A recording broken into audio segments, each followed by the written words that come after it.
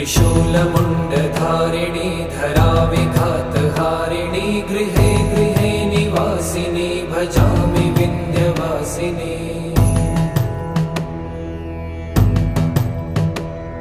दरिद्रदुःखहारिणी सदा विभूतिकारिणी वियोगशोकहारिणी भजामि विन्ध्यवासिनी।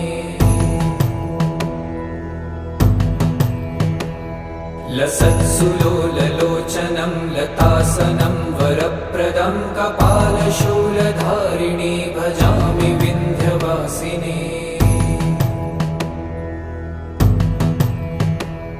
कराब्जदानदाधर